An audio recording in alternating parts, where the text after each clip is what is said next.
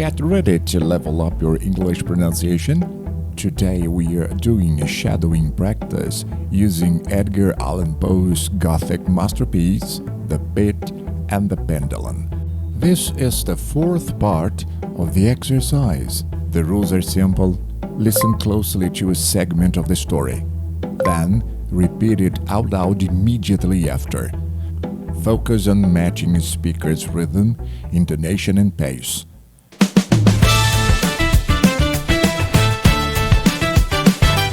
Let's begin. And the death just avoided was of that very character which I had regarded as fabulous and frivolous in the tales respecting the Inquisition. To the victims of its tyranny, there was the choice of death with its direst physical agonies, or death with its most hideous moral horrors. And the death just avoided was of that very character which I had regarded as fabulous and frivolous in the tales respecting the Inquisition. To the victims of its tyranny, there was the choice of death with its direst physical agonies, or death with its most hideous moral horrors.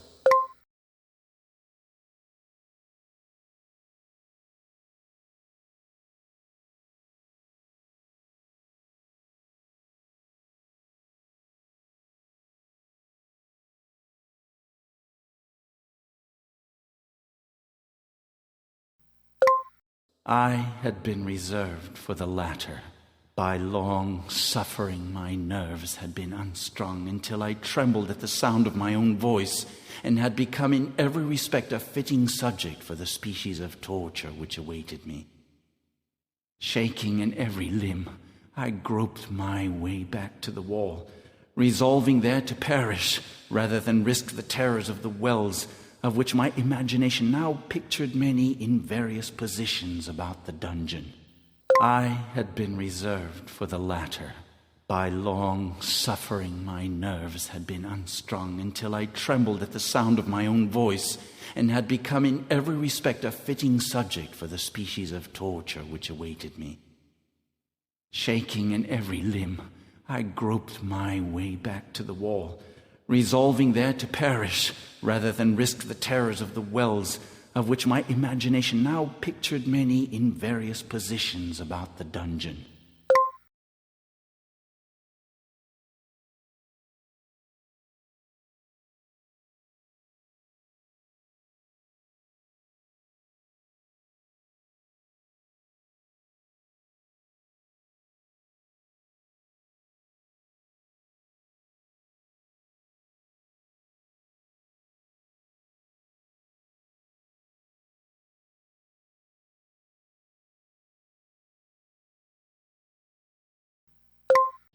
In other conditions of mind, I might have had the courage to end my misery at once by a plunge into one of these abysses, but now I was the veriest of cowards.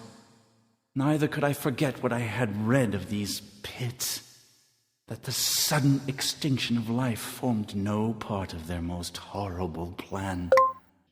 In other conditions of mind, I might have had the courage to end my misery at once by a plunge into one of these abysses, but now I was the veriest of cowards. Neither could I forget what I had read of these pits, that the sudden extinction of life formed no part of their most horrible plan.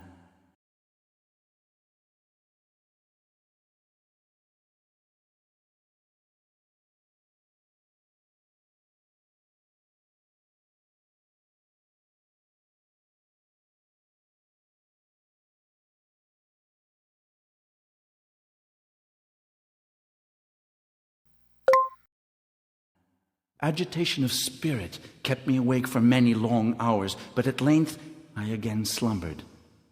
Upon arousing, I found by my side, as before, a loaf and a pitcher of water. A burning thirst consumed me, and I emptied the vessel at a draught. It must have been drugged, for scarcely had I drunk before I became irresistibly drowsy. A deep sleep fell upon me, a sleep like that of death. Agitation of spirit kept me awake for many long hours, but at length I again slumbered. Upon arousing, I found by my side, as before, a loaf and a pitcher of water. A burning thirst consumed me, and I emptied the vessel at a draught. It must have been drugged, for scarcely had I drunk before I became irresistibly drowsy. A deep sleep fell upon me, a sleep like that of death.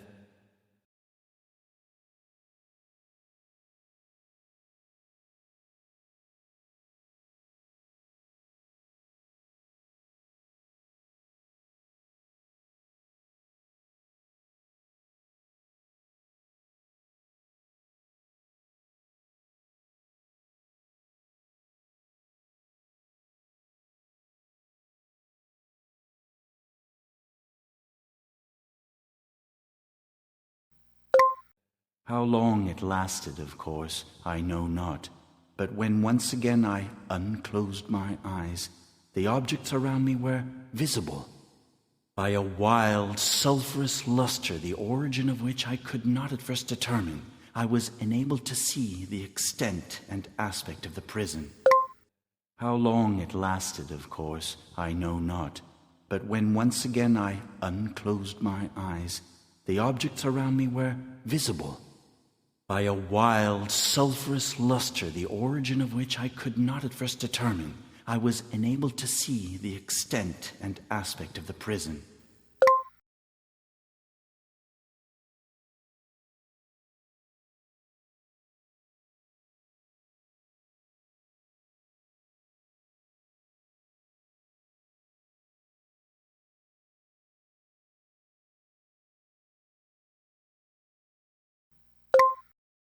In its size I had been greatly mistaken. The whole circuit of its walls did not exceed 25 yards. For some minutes this fact occasioned me a world of vain trouble. Vain indeed, for what could be of less importance under the terrible circumstances which environed me than the mere dimensions of my dungeon? But my soul took a wild interest in trifles, and I busied myself in endeavors to account for the error I had committed in my measurement. In its size I had been greatly mistaken. The whole circuit of its walls did not exceed 25 yards. For some minutes this fact occasioned me a world of vain trouble. Vain indeed, for what could be of less importance under the terrible circumstances which environed me than the mere dimensions of my dungeon? But my soul took a wild interest in trifles, and I busied myself in endeavors to account for the error I had committed in my measurement.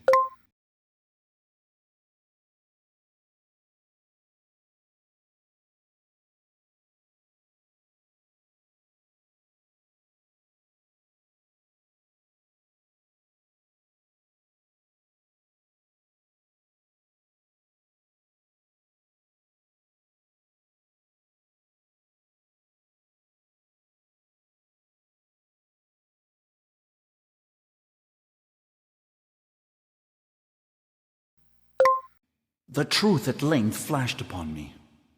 In my first attempt at exploration, I had counted 52 paces up to the period when I fell. I must then have been within a pace or two of the fragment of surge. In fact, I had nearly performed the circuit of the vault. I then slept, and upon awakening, I must have returned upon my steps. The truth at length flashed upon me. In my first attempt at exploration, I had counted 52 paces up to the period when I fell. I must then have been within a pace or two of the fragment of surge. In fact, I had nearly performed the circuit of the vault. I then slept, and upon awakening, I must have returned upon my steps.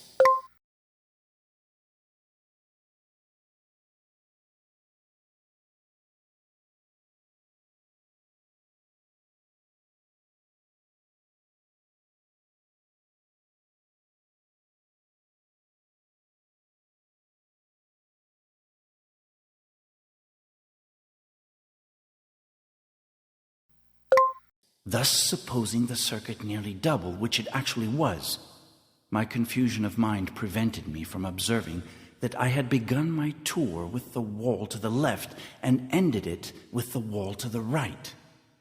I had been deceived, too, in respect to the shape of the enclosure.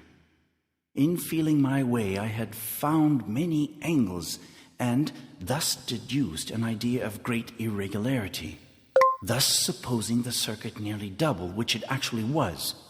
My confusion of mind prevented me from observing that I had begun my tour with the wall to the left and ended it with the wall to the right. I had been deceived, too, in respect to the shape of the enclosure. In feeling my way, I had found many angles, and thus deduced an idea of great irregularity.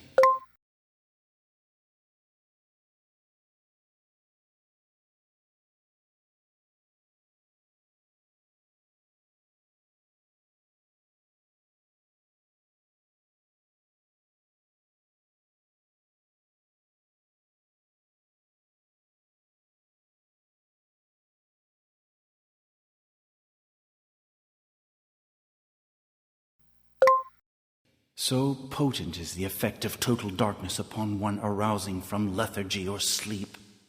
The angles were simply those of a few slight depressions or niches at odd intervals.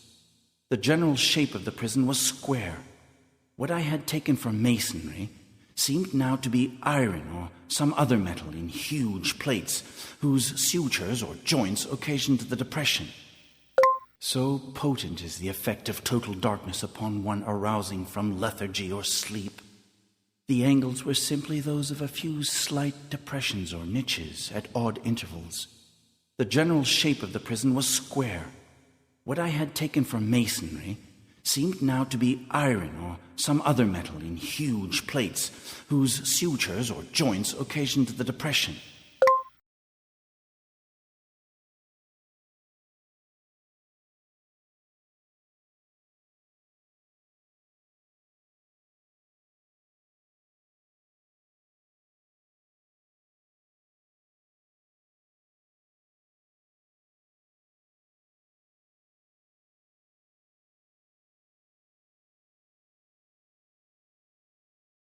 The entire surface of this metallic enclosure was rudely daubed in all the hideous and repulsive devices to which the charnel superstition of the monks had given rise.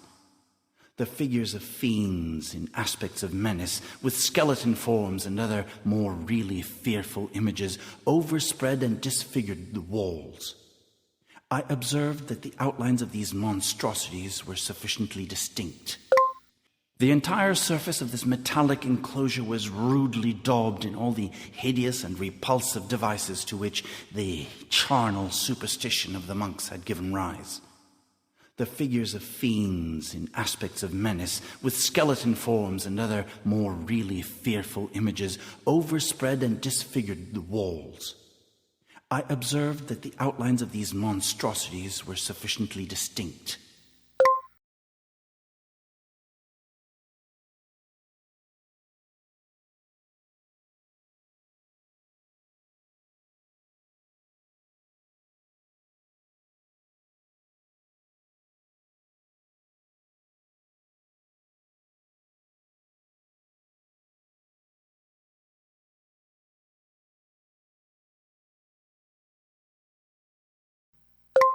But that the colors seemed faded and blurred, as if from the effects of a damp atmosphere. I now noticed the floor, too, which was of stone. In the center yawned the circular pit from whose jaws I had escaped, but it was the only one in the dungeon. But that the colors seemed faded and blurred, as if from the effects of a damp atmosphere. I now noticed the floor, too, which was of stone. In the center yawned the circular pit from whose jaws I had escaped, but it was the only one in the dungeon.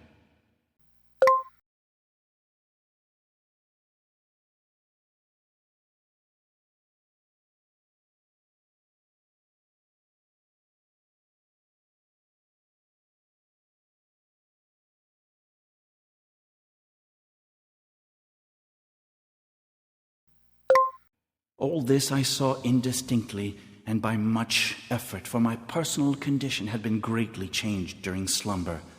I now lay upon my back and at full length on a species of low framework of wood. To this I was securely bound by a long strap resembling a surcingle. All this I saw indistinctly and by much effort, for my personal condition had been greatly changed during slumber. I now lay upon my back and at full length on a species of low framework of wood.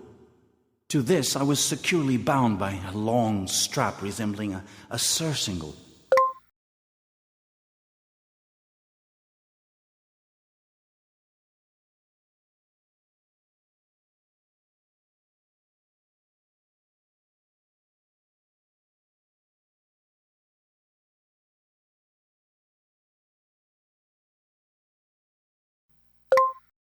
It passed in many convolutions about my limbs and body, leaving at liberty only my head and my left arm, to such extent that I could, by dint of much exertion, supply myself with food from an earthen dish which lay by my side on the floor.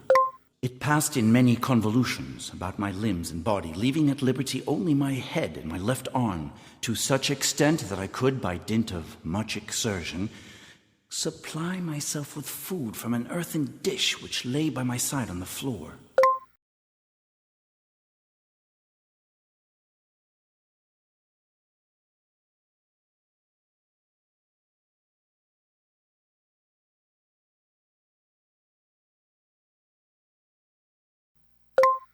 I saw to my horror that the pitcher had been removed.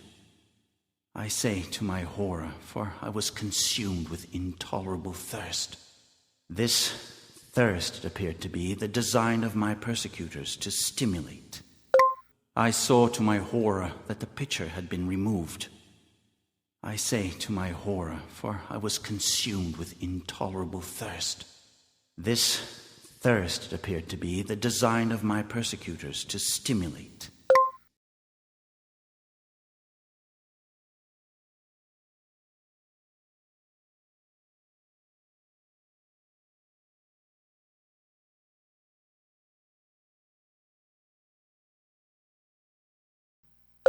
For the food in the dish was meat pungently seasoned. Looking upward, I surveyed the ceiling of my prison. Looking upward, I surveyed the ceiling of my prison. It was some 30 or 40 feet overhead, and constructed much as the side walls. For the food in the dish was meat pungently seasoned. Looking upward, I surveyed the ceiling of my prison. Looking upward, I surveyed the ceiling of my prison. It was some 30 or 40 feet overhead, and constructed much as the side walls.